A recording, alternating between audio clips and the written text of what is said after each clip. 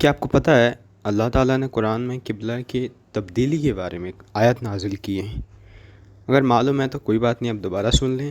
اگر نہیں معلوم ہے تو آپ اس کو پورا جانیں، مکمل طور پہ جانیں۔ تو جاننے کے لیے پلیز اس ویڈیو کو دیکھتے رہیے اینڈ تک۔ I hope you will get all the information that I am going to give you, and please make sure you should be away from all the disturbances and listen attentively.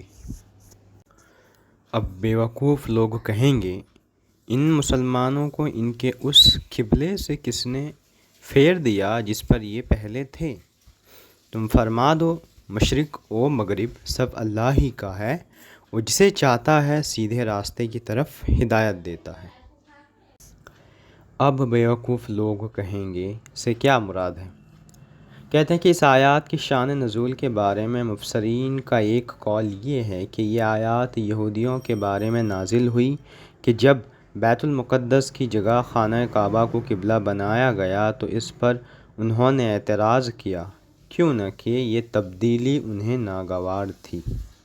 دوسرا قول یہ ہے کہ یہ آیات مکے کے مشرکین کے بارے میں نازل ہوئی کہ جب قبلہ تبدیل ہوا تو انہوں نے آپس میں کہا کہ محمد مصطفیٰ صلی اللہ تعالیٰ علیہ وآلہ وسلم اپنے دین کے بارے میں تردد کا شکار ہیں اور ابھی تک ان کے دل میں اپنی ولادت گاہ یعنی مکہ مکرمہ کا اشتیاق موجود ہے، لہٰذا جب انہوں نے تمہارے شہر کی طرف توجہ کر لی تو ہو سکتا ہے کہ وہ تمہارے دین کی طرف بھی لوٹ آئیں۔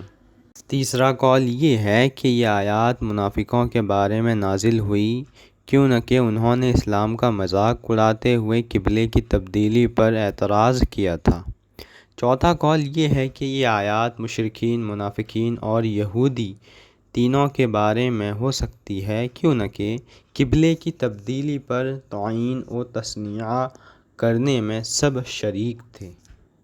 اور ایک بات ہمیں یہاں جاننے کو ملتی ہے اس آیات سے کہ اس آیات مبارکہ میں غیب کی خبر بھی ہے کہ پہلے سے فرما دیا گیا کہ بیوقوف و جاہل لوگ قبلے کی تبدیلی پر اعتراض کریں گے، چنانچہ ویسا ہی واقعی ہوا، لوگوں نے اس پر اعتراض کیا۔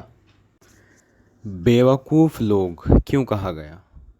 کہتے ہیں کہ قبلے کی تبدیلی پر اعتراض کرنے والوں کو بیوقوف اس لیے کہا گیا کہ وہ ایک وضع بات پر اعتراض کر رہے تھے، کیوں نہ کہ سابقہ انبیاء کرام علیہ الصلاۃ والسلام نے نبی آخر الزماں صلی اللہ تعالیٰ علیہ وسلم کے خصائص میں آپ کا لقب ذو القبلتین یعنی دو قبلوں والا ہونا بھی ذکر فرمایا تھا، اور قبلے کی تبدیلی تو اس بات کی دلیل تھی کہ یہ وہی نبی ہیں جن کی پہلے انبیاء کرام علیہ الصلاۃ والسلام خبر دیتے آئے ہیں، تو صداقت کی دلیل کو تسلیم کرنے کی بجائے اسی پر اعتراض کرنا حماقت ہے، اس لیے انہیں بیوقوف کہا گیا۔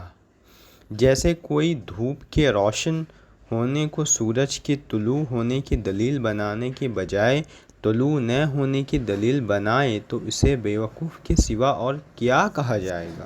دینی مسائل پر بھیجا اعتراضات کرنے والے بیوقوف ہیں۔ اس آیات میں بیت المقدس کے بعد خانہ کعبہ کو قبلہ بنائے جانے پر اعتراض کرنے والوں کو بیوقوف کہا گیا۔ اس سے معلوم ہوا کہ جو شخص دینی مسائل کے حکمتیں نہ سمجھ سکے اور ان پر بیجا اعتراض کرے وہ احمق اور بیوقوف ہے، اگرچہ دنیاوی کاموں میں وہ کتنا ہی چالاک ہو۔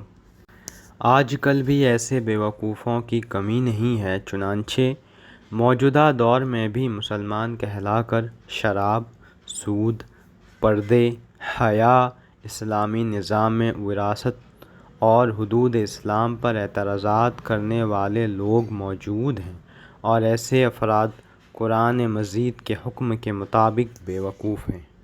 ان مسلمانوں کو ان کے اس قبلے سے کس نے پھیر دیا جس پر یہ پہلے تھے؟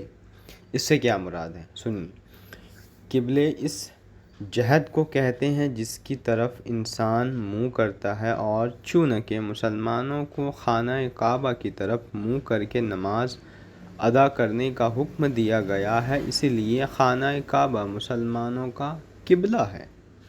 آئیے جانتے ہیں ایک بہت اہم بات کہ خانہ کعبہ اور بیت المقدس کن زمانوں میں قبلے بنے۔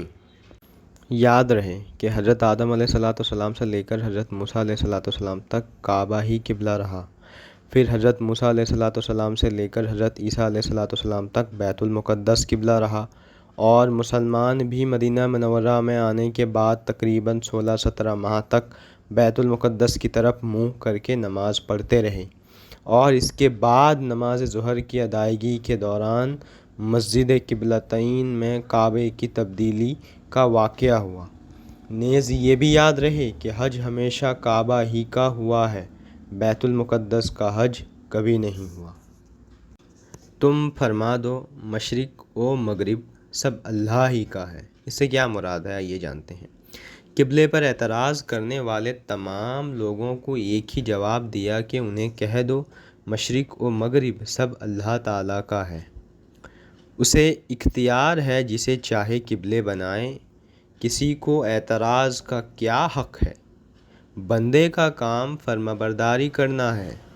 گویا فرمایا کہ اے حبیب صلی اللہ تعالیٰ علیہ وآلہ وسلم، آپ فرما دو ہم مشرق و مغرب کے پجاری نہیں کہ سمتوں پر اڑے رہیں، بلکہ ہم تو اپنے رب عز و جل کی عبادات کرنے والے ہیں، وہ جدھر منہ کرنے کا ہمیں حکم فرمائے ہم ادھر ہی منہ کر کے نماز پڑھتے ہیں اور پڑھتے رہیں گے۔